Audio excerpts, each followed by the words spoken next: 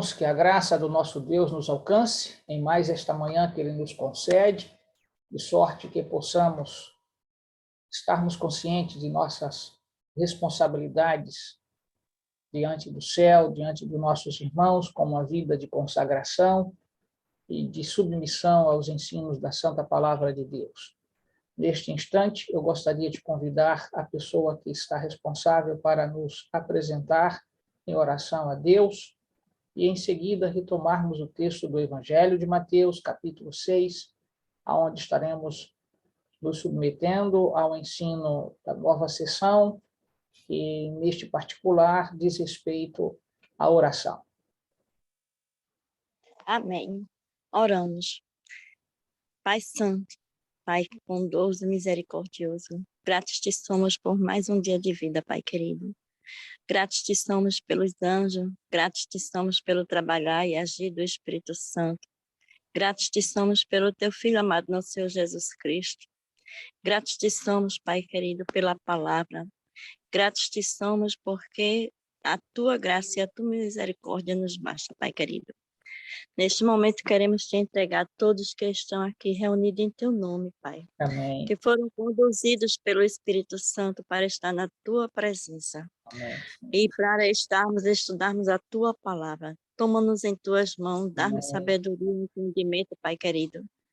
Toma em tuas mãos o nosso pastor Cícero, para que ele também seja tomado pelo Espírito Santo e nos conceda a graça, através dele, Pai querido, de estarmos na tua presença, estudando e entendendo a tua palavra. Perdoa nossos pecados, abre nossas mentes e os nossos corações para entender e assim sermos fortalecidos através dele, da tua santa palavra, Pai. Amém. Não para estarmos presos a nós mesmos, mas para alimentar aqueles que se aproximam de nós. Te pedimos perdão pelos nossos pecados. Te pedimos, Pai querido, que tome em tuas mãos as nossas vidas. Em nome de Jesus. Amém. Amém.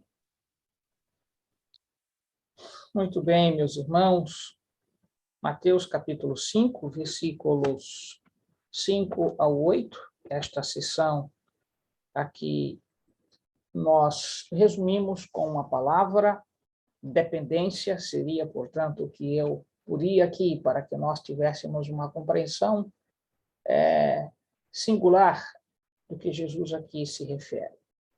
Você tem, então, na sequência, o modelo de oração que Jesus faz, não para ser seguido, mas para que nós pudéssemos verificar o conteúdo de uma oração, aquilo que, então, é necessário que nós nos apercebamos que deveria sempre registrar-se em nossos apelos diante de Deus. Às vezes, nós, então, de alguma maneira, terminamos, então, tomando a oração sacerdotal de Cristo e a repetimos como se fosse uma reza, e isto não é o objetivo. Jesus aqui, então, propôs para que pudéssemos entender que a oração aqui do Pai Nosso, ela está dentro exatamente da própria exposição dos versículos anteriores, do 5 ao 8, como a exposição da dependência de que deveríamos ter de Deus, e os elementos constantes dentro desta oração já foi objeto, inclusive, de estudo aqui no canal A Fé se Explica, e que você, por alguma razão, se tenha perdido este momento, eu te convido a retornar para verificar que a oração deveria, portanto, conter sempre a soberania de Deus, agradecimentos por tudo aquilo que ele realizou e tem realizado, e, é claro, aquela parte constitutiva de nossas petições, mas veremos que a oração aqui, ela é, então, o que nós poderíamos dizer, um modelo de como deveríamos orar, e não como repetir a própria oração. Então, tome muito cuidado com essa ideia de que, fazendo uma repetição da oração de Jesus, do Pai Nosso, você esteja orando, né? a oração é algo bastante distinto e nós vamos verificar nossa percepção sobre esta verdade a partir do que iremos estudar agora. Venha comigo para o versículo 5 em diante do capítulo 6 do Evangelho de Mateus. E quando orardes, não sereis como os hipócritas, porque gostam de orar em pé nas sinagogas e nos cantos das praças, para serem vistos dos homens. Em verdade vos digo que eles já receberam a recompensa. Observemos alguns detalhes aqui bem particular. Primeiro, Jesus, então, toma a expressão hipócrita, termo que nós já aqui apresentamos para você, porque essa expressão aparece no versículo 2, quando ele faz menção acerca, então, da doação de esmolas, e aí nós usamos a mesma expressão, que você sabe que ela significa fingir, ela significa dissimular. Então, uma pessoa hipócrita é uma pessoa fingida, é uma pessoa dissimulada. Parece, na verdade, que a expressão está vinculada a esta ideia de teatro, né? Com o objetivo exatamente de ser visto pelos outros. Então, hipocrisia e ser visto pelos outros comungam da mesma ideia. O que ocorre é que, quando alguém que é hipócrita já é fingido, já não é, portanto, verdadeiro, já é dissimulado, ele lança a mão da oração e o faz de maneira pública para que, então, possa ser visto. Veja bem o detalhe aqui, não é por Deus, é pelos homens. Que coisa, não? As pessoas lançarem mão de uma, eu diria, verdade bíblica, que é a oração, mas estão fazendo não porque, de fato, sejam pessoas de oração, mas porque precisam ser reconhecidos pelos homens. Hipocrisia, né? Ou seja, em outras palavras, eles gostam de orar. Veja, gostar de orar não é um fim em si mesmo. Há muitas pessoas que gostam de orar. Se você faz uma pergunta pública na igreja, quem gostaria de orar? E se você atentar, às vezes, né, no tempo que você passa numa igreja, 10, 15 anos, você se apercebe que tem aquela pessoa que, costumeiramente, ela vai estar querendo fazer parte do grupo de oração, mas ela, na verdade, tem um comportamento bastante distinto.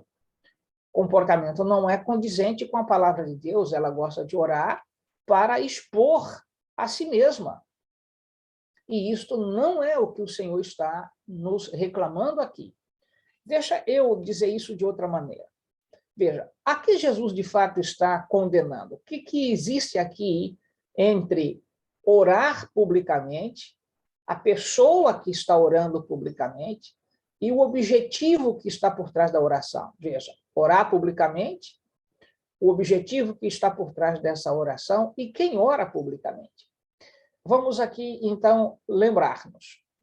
Você sabe que os fariseus, eles estabeleceram, junto com os rabis, orações fixas. As orações eram fixas em determinado, portanto, período do tempo, de maneira que não importava aonde ele estivesse. Se ele viesse numa atividade pública e, de repente, portanto, desse horário, ele parava toda a sua atividade e ali, com o falar audível, olhos, portanto, abertos, mãos estendidas para o alto, eles passavam, portanto, a recitar suas orações, e com palavras muitas vezes destacadas, e isso se repetia de acordo, portanto, com o horário que eles haviam estabelecido. Ora, o que Jesus está exatamente aqui rechaçando é esse tipo de comportamento de que os transeuntes, as pessoas que nada sabem acerca de nossa intimidade com os céus, não precisavam saber que nós estamos, portanto, agora exteriorizando as nossos reclamos, nossas petições de maneira pública, o que Jesus está repreendendo aqui são 3 coisas básicas. Primeiro, não siga um aspecto, portanto, de relógio, estabelecendo período para isso e para aquilo outro, aonde você terá de fazê-lo publicamente, num ambiente ao qual não é adequado para a sua intimidade com os céus. Você tem de atentar à diferença entre oração pública e oração da vida particular. Jesus não condenou que oração pública deixasse de ser feita. Não é isto. Ele não condenou que as orações pudessem ser feitas em público, porque ele mesmo fez oração em público, porque ele mesmo estimulou os discípulos a fazerem. O que ele está condenando é, na verdade, motivo e conteúdo que existem dentro das orações que terminam sendo exteriorizadas, porque essas exteriorizações de nossa vida, de nosso particular, nunca, jamais deveria, portanto, qualquer ser humano ouvir. Em orações singulares, aquilo que Jesus, portanto, nos orienta a fazê-lo, que em secreto, Deus sabe o que nós precisamos, qual é, portanto, de fato, a nossa carência, qual é, de fato, a nossa dificuldade particular em relação à intimidade com os céus. Esta, então, situação, este nível de intimidade, só deveria ser realizado em, então, comunhão particular com Deus, um lugar secreto, um lugar onde só você e o seu Salvador deveriam entrar nesta intimidade. O que Jesus está, portanto, condenando é isto, a prática farisaica, rabínica, de exteriorizar palavras, de falar, então, em público, muitas vezes com verbos, situações, detalhes, exposição do nome de Deus, como se isso fosse atrativo, como se Deus precisasse de que nós apresentássemos primeiro quem ele é, seu caráter, sua, então, sabedoria, palavras muitas vezes recheadas de o que a gente poderia de florismos, e, na verdade, estão vazias, porque não têm a intimidade com os céus. Quantas pessoas, antes de, então, iniciar sua oração, eles fazem uma narrativa, né? Uma narrativa de si mesmos, de onde passaram, as dificuldades que passaram, que a semana foi uma desgraça, mas no final chegou, então, por fim, a felicidade. Isto não é oração em público, isto é exteriorizar a si mesmo, isso é querer aparecer. É esta situação a qual milhares de pessoas dentro da igreja ainda não aprenderam, que o Senhor está reclamando que nós tenhamos vida de comunhão em intimidade com os céus. E é esta intimidade com os céus que nenhum ser humano deveria participar. Quando nós oramos em público, nós não oramos para aparecer, para usar de palavras que parecem, de fato, impactantes, mas, na verdade, são apenas vazias de si mesmas e vazias do próprio personagem que está orando. Há frases que são gravadas, palavras que são gravadas, e essas pessoas estão repetindo como que, então, numa mesmice, e é exatamente aí que Jesus, portanto, corrige. Primeiro, a correção de atentar que a minha e a tua vida, intimidade, nossas dificuldades, jamais deveriam vir a público. Elas deveriam sempre estar reservadas nessa intimidade com o Senhor. E Cristo tinha esta compostura. Você sabe disto? Quantas e quantas vezes saía em particular para orar. Portanto, sair em particular para orar, ter um lugar de oração, não é construir um oratório. Essa ideia que circulou por aí afora, totalmente distinta do que realmente o texto bíblico nos oferece. Aliás, eu tenho em mãos um livro que eu gostaria, portanto, de fazer uma leitura nele, de um texto particular de Ellen White. O livro se chama Maior Discurso de Cristo. E eu queria, portanto, aqui chamar-te a atenção para este particular, onde ela retrata verdades solenes acerca da oração. Na página 85 do livro Maior Discurso de Cristo, página 85, ela diz assim: aqueles que buscam ao Senhor em segredo, contando-lhe suas necessidades e pedindo auxílio, não rogarão em vão. Coisa, não? Aqueles que buscam o Senhor em segredo, contando-lhe suas necessidades e pedindo auxílio, não rogarão em vão. Então, qual é a dica? Buscar ao Senhor em segredo, exponha o que você está necessitado, busque auxílio, mas não faça isso publicamente. Você tem de buscar ao seu Deus, nosso Pai Salvador, Todo-Poderoso, mas o faça da maneira como a Bíblia de fato nos apresenta. E esse texto dela muito me chama a atenção, porque é exatamente algo contrário àquilo que nós temos escutado. Vou fazer um lugar para então ali se tornar o ambientezinho para eu poder orar.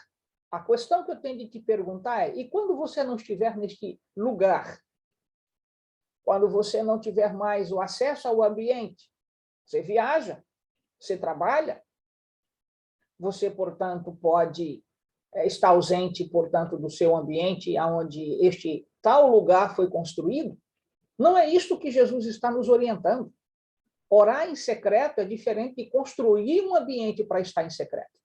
Mais ainda, ela diz exatamente isto, né? Na página anterior do mesmo livro, ela diz assim, deixa eu pegar o texto que eu gostaria que você atentasse. Está aqui. Ela diz assim: na devoção íntima, nossas orações não devem chegar aos ouvidos de ninguém, mas somente do Deus que ouve as orações. Mas senão do Deus que ouve as orações. Reitero, na devoção íntima, nossas orações não devem chegar aos ouvidos de ninguém mais, senão do Deus que ouve as orações. Nenhum ouvido curioso deve receber o fardo de nossas petições. Página 84. Nenhum ouvido curioso deveria, então, ouvir o fardo de nossas petições. Então, esta ideia de orar publicamente, contando os desafios, os problemas, as dificuldades que você enfrenta, que eu enfrento, não é condizente com o ensino que Jesus, então, faz sobre a questão da oração. Ao buscar um ambiente singular, significa, em particular, conversa com o teu Deus, derrama os segredos de tua alma, nem esposo, nem filho, nem pastor, nem padre. Deveríamos, então, abrir-lhe o coração para dizer-lhes exatamente dos vazios que temos passado. É em Deus que nós encontramos o conforto. Por isso, meu querido amigo e irmão, muito cuidado em suas orações públicas.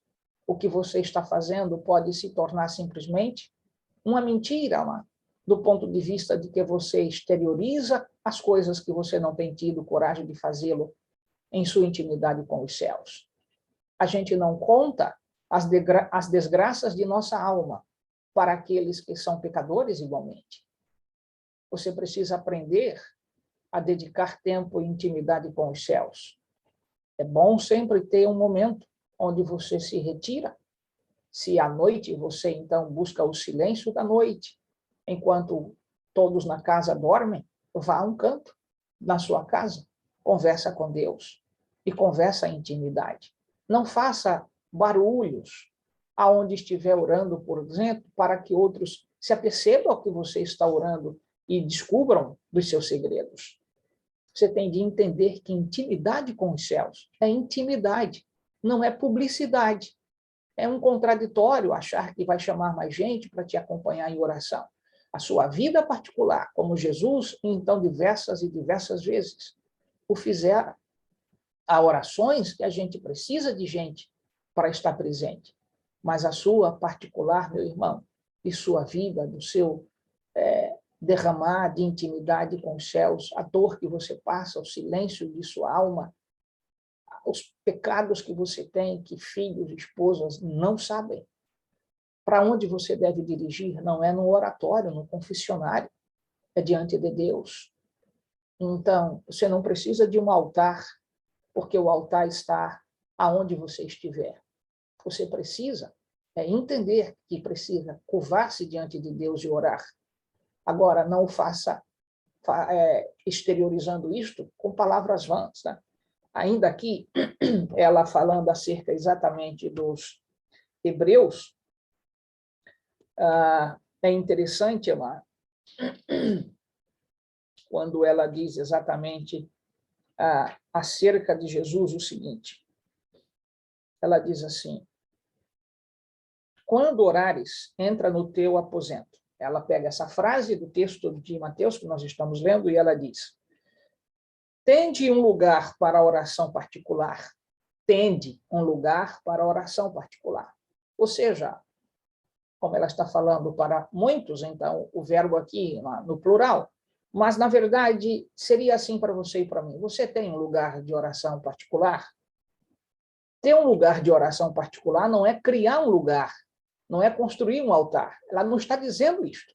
E ela diz assim: Jesus tinha lugares especiais para a comunhão com Deus e o mesmo devemos fazer, lugares. Então, você vai construir quantos? Essa ideia de achar que você deve... A sugestão é louvável, mas a sugestão não pode substituir a realidade. Quando você diz, eu tenho um lugar de oração dentro da minha casa, louvado seja Deus que isso de fato seja usado. Porque é possível que você chegue a algumas situações que você não terá mais o ambiente. Tantas coisas podem ocorrer, você pode estar no hospital, você pode estar na rua, você pode ter feito uma viagem, você pode ter ido fazer a visita a alguém, passar dias fora de casa, então você deixa de orar porque o seu lugar de oração é predileto, não existe mais? Não é assim, amigo? Jesus tinha lugares especiais para a comunhão com Deus. Estou na página 84 do mesmo livro, Maior Discurso de Cristo, e ela diz: e o mesmo devemos fazer, termos lugares de oração. Significa, eu sei que eu tenho meu lugar de oração, onde você, portanto, tem comunhão singular com Deus, fora da presença de esposa, de filhos, de amigos, de barulhos. Você tem de ter sua intimidade com os céus, e é nesta intimidade que os céus derramam bênção sobre você, perdoando, santificando, purificando tua vida. Ela continua e diz: precisamos retirar-nos frequentemente para algum canto. Veja, ela não diz qual canto, algum lugar, algum canto, algum é algum. E ela diz: por humilde que seja, onde nos possamos encontrar a sós com Deus. Portanto, temos nos encontrado a sós com Deus quando Mateus capítulo 6, verso 5, que nós estamos lendo, Jesus diz: em verdade vos digo que eles já receberam a recompensa. Como receberam? Os rabis, os fariseus, que tinham horários de oração, que onde quer que estivesse paravam para fazer aquelas orações vãs, repetidas, e aqui vou entrar nesse particular, há frases de irmãos que são gravadas, então na mente eles começam a falar, a frase aparece. Isso é vão. Estamos tão distantes como os pagãos em suas práticas de repetições inúteis, orações pelo alimento, que parece, portanto, que é um papagaio gravado a mesma frase, às vezes durante anos, e você acha que isso é uma oração de agradecimento pelo pão, pelo que chega à sua mesa, pelo que Deus, então, colocou para saciar tua fome? Será que o coração não deveria despertar um pouco mais e dizer: Senhor, que bênção, que bondade, que alegria de poder ter sobre a minha mesa, como muitos não têm. Meus queridos amigos e irmãos, há muita coisa a aprender. E nós, às vezes, estamos feitos repetidores de ideias de pessoas, porque desconhecemos o que diz o Espírito de Profecia, desconhecemos o que diz a Bíblia Sagrada. Porque não lemos, estamos mais afeitos aos exemplos de indivíduos que a gente julga que são santos, porque fazem suas orações belíssimas, com frases, com ideias, mas não passam de palavras vãs, porque essas não são as orações de fato recepcionadas pelos céus. Observa o versículo 6 de Mateus 6. Tu, porém, quando orares, Jesus, então, rejeita o comportamento dos fariseus. Gostavam de orar em pé, nas sinagogas, nos cantos das praças, para serem vistos pelos homens. E Jesus dissera, eles já receberam a recompensa. De quem? Dos homens, né? Porque os indivíduos começaram a falar, viu que palavras foram utilizadas, que homens lá, que destaque desses homens, não importa onde estejam, eles param e oram. Vã repetições. Agora, preto no branco aqui para você, meu irmão. Que coisa, não é? Tanto esforço e nada. Os céus não estão sendo tocados por nenhuma destas frases, nem desses comportamentos. Estão fazendo coisas vãs, mesmo diante de anos, de anos, de anos. Não daria para você e eu refletirmos um pouquinho de que é possível que tenhamos caído na mesma desgraça de fazermos apenas orações vãs, porque, de fato, a oração que Jesus reclama de nossa íntima relação com Ele, nós não temos feito. E aí eu te pergunto, como podemos ser pessoas santas, perfeitas, como Jesus, então, reclama aqui mesmo, no versículo 48, no capítulo, então, anterior, capítulo 5, sede misericordioso, mas nós estamos apenas como papagaios, repetindo frases porque achamos bonitas. Mas, de fato, recebemos a recompensa dos homens. O verso 6 e 7, Jesus diz, tu, porém, quando orares, entra no teu quarto, e fechada a porta, orarás ao teu pai, que está em secreto, e teu pai, que vê em secreto, te recompensará. Já explicamos isto, não? Procure ter intimidade com os céus, onde ninguém mais te veja, a não ser a presença de anjos, do amigo Espírito Santo e do nosso amigo Jesus. Seja alguém que tenha intimidade, amigo. Não procure fazer na igreja o que você nunca fez em casa.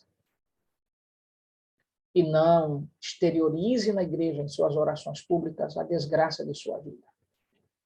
Há irmãos que fazem um relatório, né, em suas orações. E essas orações, o que Jesus nos ensina, são vãs.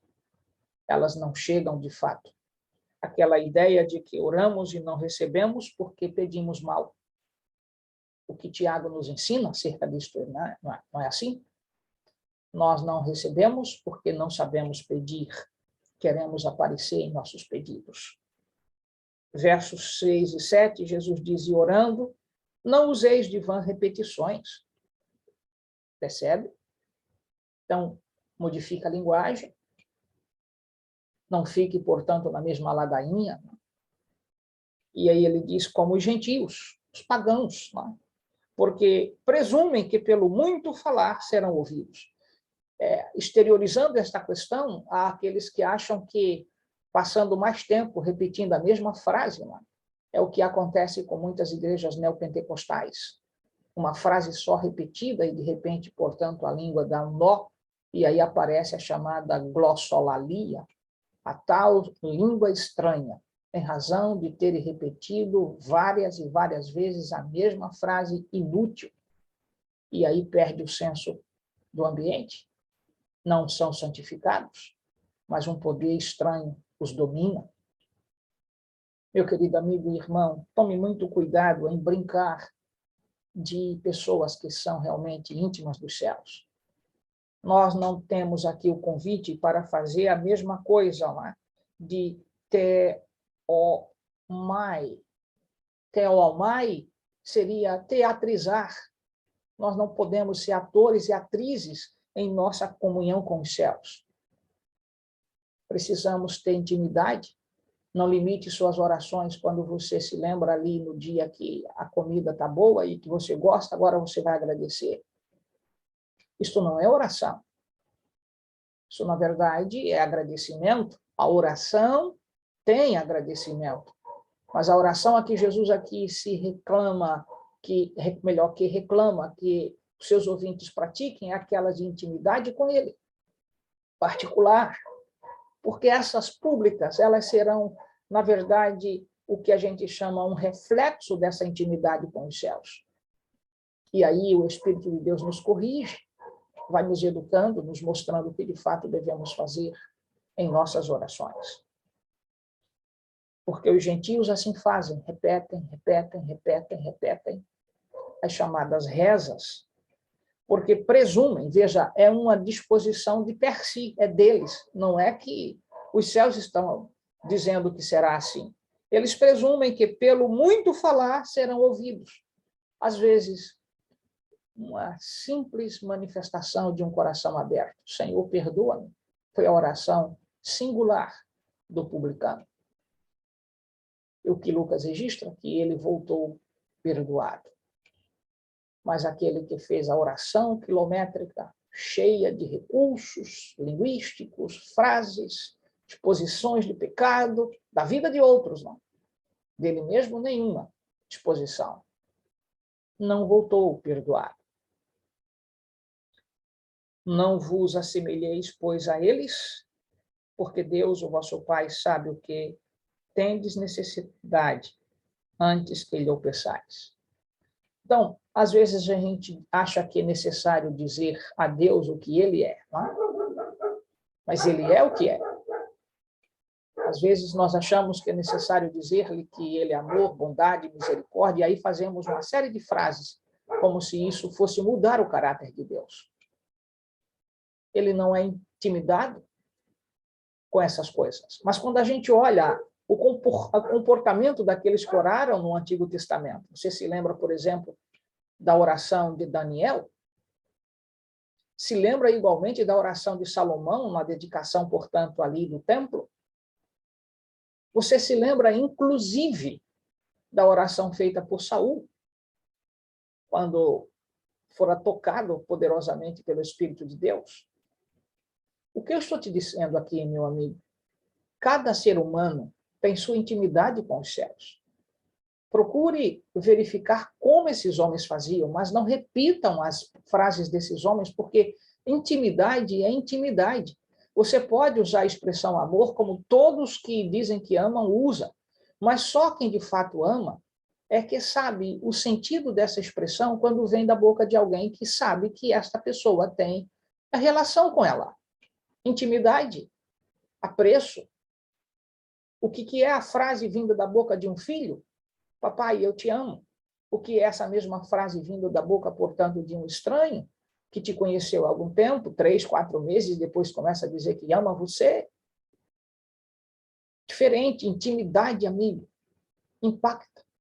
O que Jesus está dizendo para você e para mim é: filhos, vocês não precisam acrescentar palavras. Eu sei o que vocês precisam.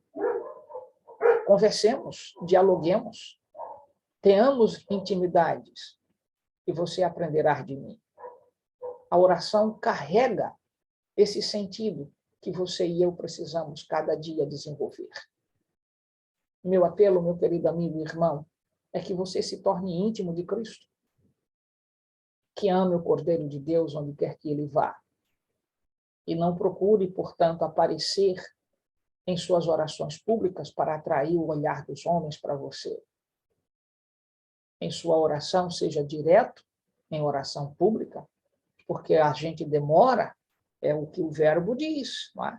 Demorar, demorar, demorar em oração, na intimidade com Deus. Verso 6, o retorno.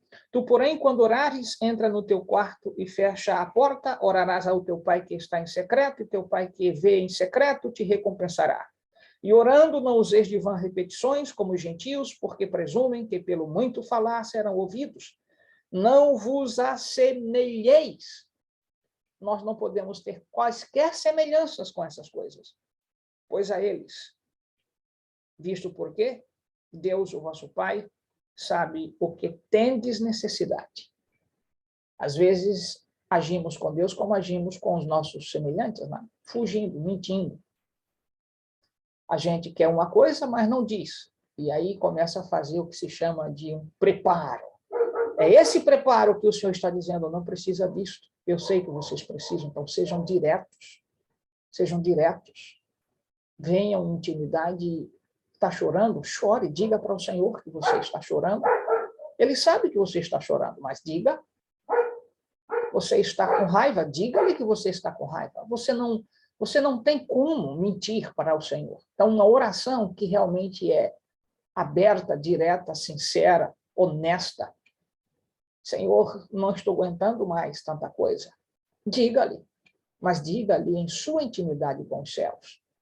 E não em orações públicas, né? Registrando, esta semana eu estive viajando, Senhor, oh, como foi bom a viagem que fizemos. Isso não é oração de público, amigo. Isso é agradecimentos, faça em sua intimidade com os céus. Quer, de fato, aprender a orar? Comece buscando ao Senhor secretamente, distante de cachorro, de esposa, de marido, de filho, de parente, e você vai entender o poder da oração. Que Deus te abençoe, nos torne pessoas íntimas dos céus, que possamos ter, de fato, condições de interceder pelos nossos irmãos, mas não esquecendo que isso não substitui a sua intimidade com os céus. Seja você, meu irmão, um homem de oração, seja você, minha irmã, uma mulher de oração. Que Deus te abençoe nesta manhã e que sua vida de intimidade não seja vã. É o meu desejo, igualmente a minha prece. Vamos orar. Com Deus, nossa gratidão pelo privilégio de aprendermos um pouco da comunhão da oração. Obrigado pelo privilégio de podermos saber que tu sabes o que de fato nós necessitamos. Cuide de nós, Senhor, e nos dê a graça de avançarmos na intimidade dos céus. Nos ajude a orar, a aprendermos a orar, a sermos pessoas que realmente têm sinceridade na alma e que quer o melhor para a vida, Senhor, dos seus semelhantes. Derrama a tua bênção sobre a tua igreja aqui representada e que estes sejam, de fato, íntimos teus.